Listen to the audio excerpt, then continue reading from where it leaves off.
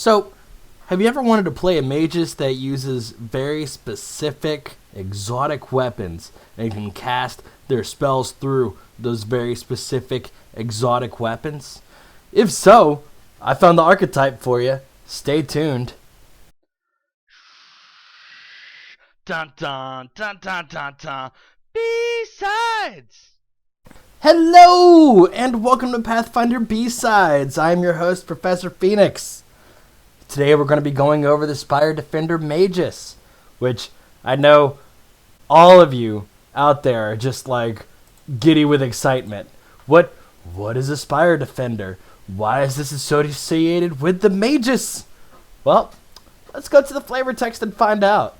So, from the D20 PFSRD, it says, Spire Defenders are magi who trained themselves to accompany sages and archaeologists who venture from the mordant spire, acting as aides and bodyguards, because they often operate in difficult terrain, narrow trenches and dig sites, flooded dungeons and tight corridors and ancient ruins. Spire Defenders place mobility and agility at a premium. As a result, they eschew armor entirely. And then, there's a subnote. Most Spire Defenders are elves. It's exceptionally rare for a non-elf to be granted access to the training required to take this archetype. Non-elves need GM approval to take this archetype. With the research I've done, I haven't seen a reason for it not to have to be an elf. But, every GM is different, so speak with yours regarding this.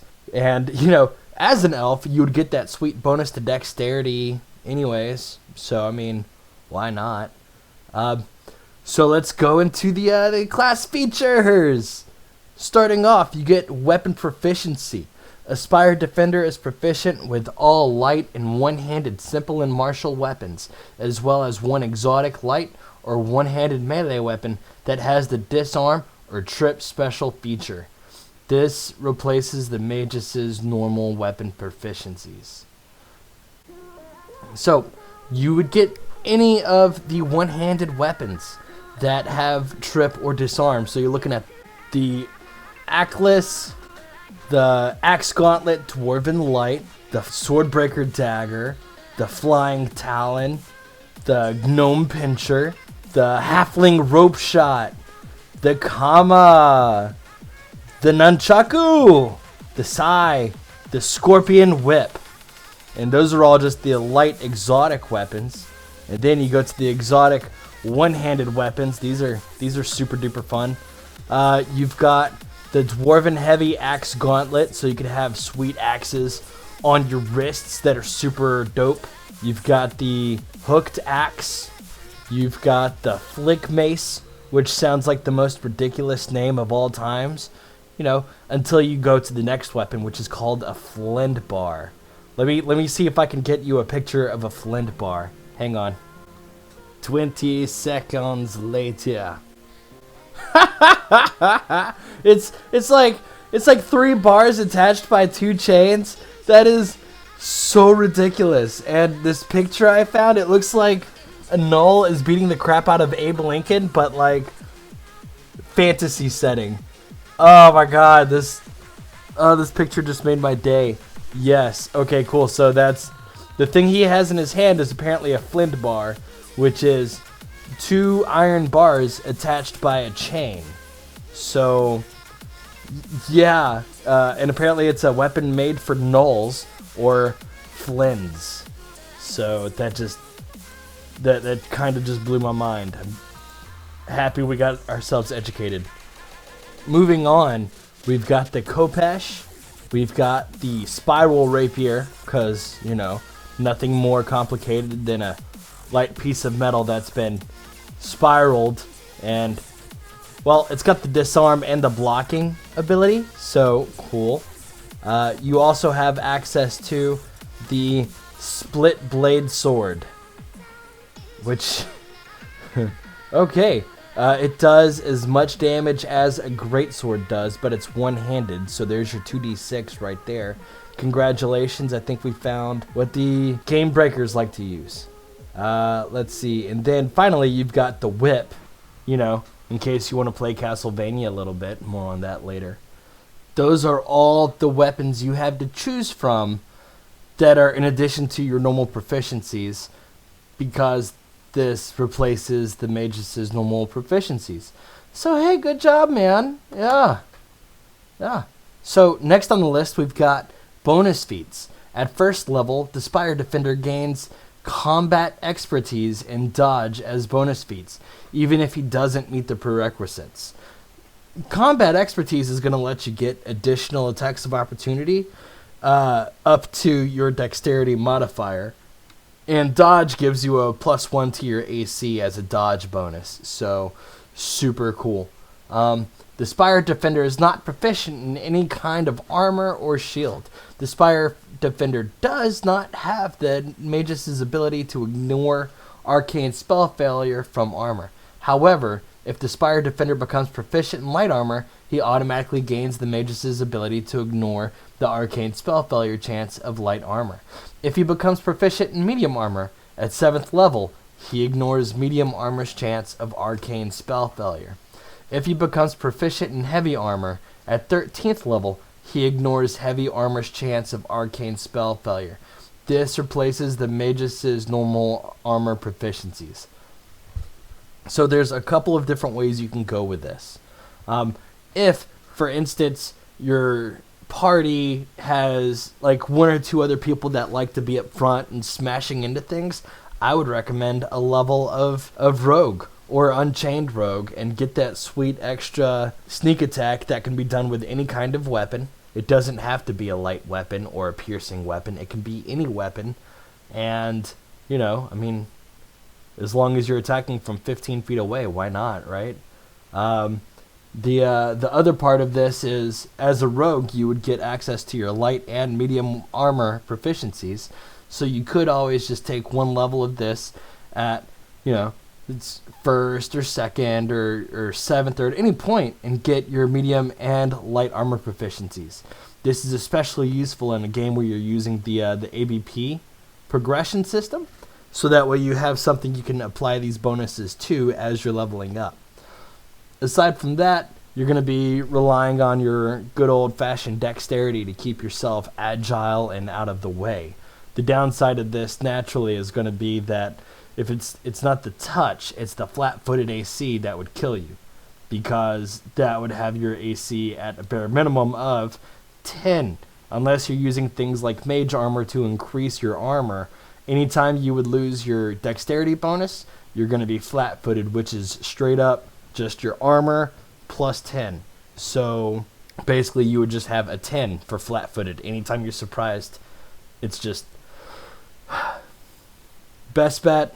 You could always take a level in fighter and get yourself an extra combat feat and have access to all three of those bad boys, plus the entirety of the simple and martial weapon proficiencies, plus you could have your tower shield proficiency. That'd be cool too. Maybe a level or two in paladin to get a charisma bonus to your saves. I'm just saying there's a lot of ways to balance this out instead of just relying completely on your dexterity modifier for your dodges and stuff. But ultimately, that's what you've got. And if you don't get the things that give you the proficiencies for it, you could always just use actual feats and take light armor proficiency as a feat, medium armor proficiency as a feat, and then heavy armor proficiency as a feat.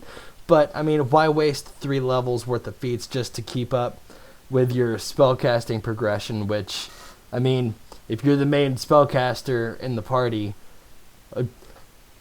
this is just a conversation for another day. My point is, maybe you should think of shoring up your weaknesses elsewhere, or stay at a range with a lovely ranged weapon that you'll be able to use your combat expertise with anyways. So, you can exchange, like on some weapons, you can use, you can trade out your attack for a trip. So you could be using that whip to trip people or disarm them in place of an attack of opportunity. Just my opinion. And then finally, we've got the Arcane Augmentation. At 4th level, a Magus can expend 1 point from his arcane pool as a swift action to grant himself a +5 competence bonus for 1 minute to one of the following skills: Acrobatics, Climb, Escape Artist, Perception, Stealth, and Swim. For every 3 levels beyond 4th, the Magus gains another +1 enhancement bonus to a maximum of +10 at 19th level. This ability replaces the spell Recall ability. So, you get this at 4th level, which is also at the same time as you're getting your 2nd level spells. You're about 3 levels away from getting the ability to cast Fly, so that might be useful if you're trying to get somewhere, but in the meantime, you could always just cast Jump, and you'd already be getting a +10 enhancement bonus to your acrobatics, to make high or long jumps, and it increases to +20 at caster level 5, and to +30 at caster level 9. This is already 20 above that +10 you'd be getting at 19th level.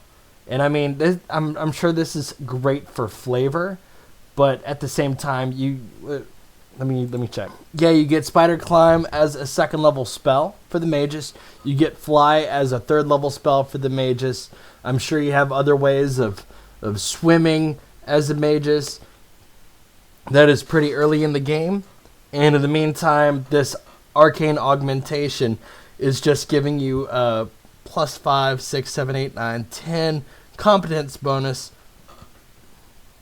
as you level up. The only thing it's really going to be useful for is momentary boosts in Perception or Stealth or Escape Artist. I'm not seeing anywhere else where it's going to be like, oh yeah, shoot, the same level you get this, you also have access to Invisibility. And, I mean, you already get a +20 to your sneaking when you're invisible, and it lasts for much longer than 1 minute per level. So, honestly, Arcane Augmentation, I feel like it's the biggest waste of a talent. But, you know your character better than I do. If it's worth it to you to be able to cast your spells through a whip, or whatever other kind of exotic weapons you should so choose, I mean, by all means, go for it. I just kind of feel like at level 1 you could have just picked exotic weapon proficiency and picked out a spell and been perfectly fine with that.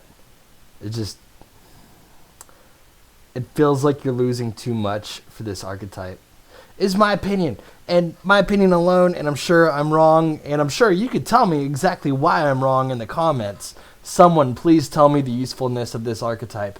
In the meantime, the main people in literature or fictitiously that I can think of that are badass and use weird weapons while they cast spells, I'm going to go with the Belmonts from Castlevania, of course. And also, this is going to sound a little weird, but Palpatine's protectors, the Red Guard, I'm sure they have an actual name, but those Red Guards that all have weird different kinds of weapons, I mean, those guys are pretty cool too. And I mean, if you just want to make something better than a longsword wielding Magus that always casts Shocking Grasp, I mean, make your character original. Find a cool way to do it and make it happen. In the meantime, thank you for sticking through this super long video. This is probably going to be the shortest one that I make this season. 24 videos in a movie, right? Really, though, there is a lot more to look forward to.